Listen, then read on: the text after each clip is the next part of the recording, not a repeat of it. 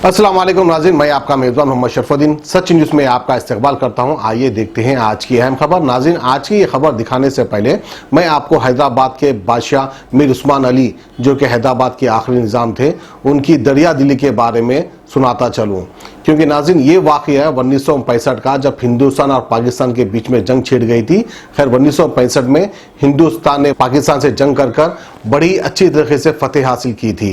वो जंग होने के चंद दिन बाद फिर चीन ने हिंदुस्तान पर हमला किया, तिब्बत को आज़ाद कराने के बहाने। खैर उसके बाद जैसा कि आप सभी जानते हैं, एक जंग होने के बाद हिंदुस्तान की इकनॉमी बहुत ही ठप हो गई थी, यानी हिंदुस्तान को पैसे की सख्त जरूरत थी। उसी वक्त पर चीन ने हिंदुस्तान पर हमला कर दिया था। खैर उस वक्त हमारे प्राइम मिनिस्टर थे श्री लाल बहादुर शास्त्री। उन्होंने ये ऐलान कर दिया था, जिस किसी के पास भी धन दौलत हो वो हिंदुस्तान को दान कर दे। इस वक्त हमारे फौज को दौलत की जरूरत है, जो कि हमारे पास बिल्कुल नहीं है। उस वक्त जिसके पास भी जो कुछ था, थोड़ा बहुत लोगों ने दान किया था। लेकिन तारीख गवाह है इस बात की कि उस टाइम पर हमारे प्राइम मिनिस्टर रेडियो के जरिए ऐलान कर दिए थे कि इस वक्त हमको दौलत की बहुत सख्त जरूरत है, क्योंकि चीन हिंदुस्तान पर हमला कर दिया। हमारे पास लड़ने के लिए हथियार और बहुत कुछ चाहिए, जिसके लिए हमें दान की जरूरत है। उन्होंने अदबन गुजारिश की हिंदुस्तान के बादशाहों से या नवाबों से। ये बात पहुंची हमारे हैदराबाद के मीर उस्मान अली, जो कि हैदराबाद के आखिरी निज़ाम थे। जैसा ही उनके कानों तक ये बात पहुंची तो उन्होंने श्री लाल बहादुर शास्त्री जी को हैदराबाद बुलाया। बुलाकर अपने बक्सों में एक से लेकर कई अनगिनत ऐसे बक्से थे जिसमें सोना भरा था। कुल मिलाकर 5 टन सोना उन्होंने दान किया था अपने देश के लिए। उस वक्त हमारे प्राइम मिनिस्टर बहुत खुश हुए और हैदराबाद के निज़ाम का शुक्रिया अदा किया और अपने प्लेन में ये बक्से डालकर दिल्ली चले गए। तो देखिए नाज़रीन, कितना बड़ा दान किया हैदराबाद के बादशाह ने। आज लोग हैदराबादियों को कहते हैं कि भाई ये पाकिस्तानी है, ये अला है, ये फला है। आखिर कौन बोलते हैं? किस तरह के लोग इस तरह की बात करते हैं? ये गुड़म्बा बेचने वाले, गुड़म्बा पीने वाले, जहरीली शराब बेचकर कई लोग को मार देने वाले, यानी जहरीली शराब पीकर गोशा महल में कई लोग मर चुके हैं। ये तारीख गवाह है। आज भी चोरी छुपे ये गुड़म्बे के पैकेट बेचते हैं। खैर ऐसे लोग बकबक करते हैं आकर, इससे कुछ फर्क पड़ने वाला नहीं है। हिंदुस्तान हर मजहब का, हर धर्म का था, है और रहेगा। चंद ऐसे गुड़म्बेबाज लोग बोलते हैं तो उनकी बात का बुरा नहीं मानना चाहिए।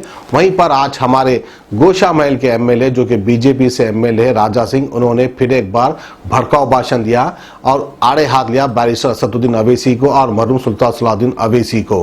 खैर उनकी आप जरी से भी बाल बराबरी नहीं कर सकते, ना ही उनकी काबिलियत में, ना ही उनकी सलाहियत में। बैरिस्टर असदुद्दीन अवैसी एक बहुत ही मानवीय सियासतदान है। इन्होंने कई सियासतदानों की जिंदगी बना दी, कई सियासतदानों को सियासत सिखाया और अल्हम्दुलिल्लाह आज बड़े बड़े पोस्टों पे है। उन्होंने ये भी नहीं देखा कि कोई हिंदू है, कोई मुस्लिम है। जो कोई आता है इनका शागिर्द बनना चाहता है, शागिर्द बनकर आज कोई एमएलए बन गया, तो कोई एमपी बन गया, तो कोई मिनिस्टर बन गया। ऐसी चीजें भी है। बहरहाल बैरिस्टर असदुद्दीन अवैसी की ज्यादा तारीफ ना करते हुए मैं आपको दिखाता हूँ गोशा महल के एमएलए राजा सिंह ने क्या कहा। नमस्कार मित्रों, मैं आपका राजा सिंह। आज फिर से एक बार हिंदू राष्ट्र के ऊपर ओवैसी ने कमेंट किया कि कभी भी हिंदू राष्ट्र भारत नहीं बनेगा। तो मैं ओवैसी को यह कहना चाहूंगा कि तुमने त्रिपुल तलाक के ऊपर भी कहा था कि कभी बिल पास नहीं होगा। तुमने धारा 370 के ऊपर कहा था कि कभी धारा 370 नहीं हटेगा। ऐसे अनेकों इशू है, लेकिन आज बेटा वो कांग्रेस सरकार नहीं जिनके तलवे तुम्हारे अब्बा चाट के आज तुम्हारी पार्टी को जो इतना बड़ा किया है तुमने, वो कांग्रेस की सरकार नहीं, ये बीजेपी की सरकार है। और बीजेपी की सरकार में कभी भी कुछ भी हो सकता है। अगर भारत देश की जनता चाहिए कि हाँ भारत देश एक हिंदू राष्ट्र बनना ही है, तो तुम क्या, तुम्हारे बाप भी हिंदू राष्ट्र बनने से नहीं रोक सकते।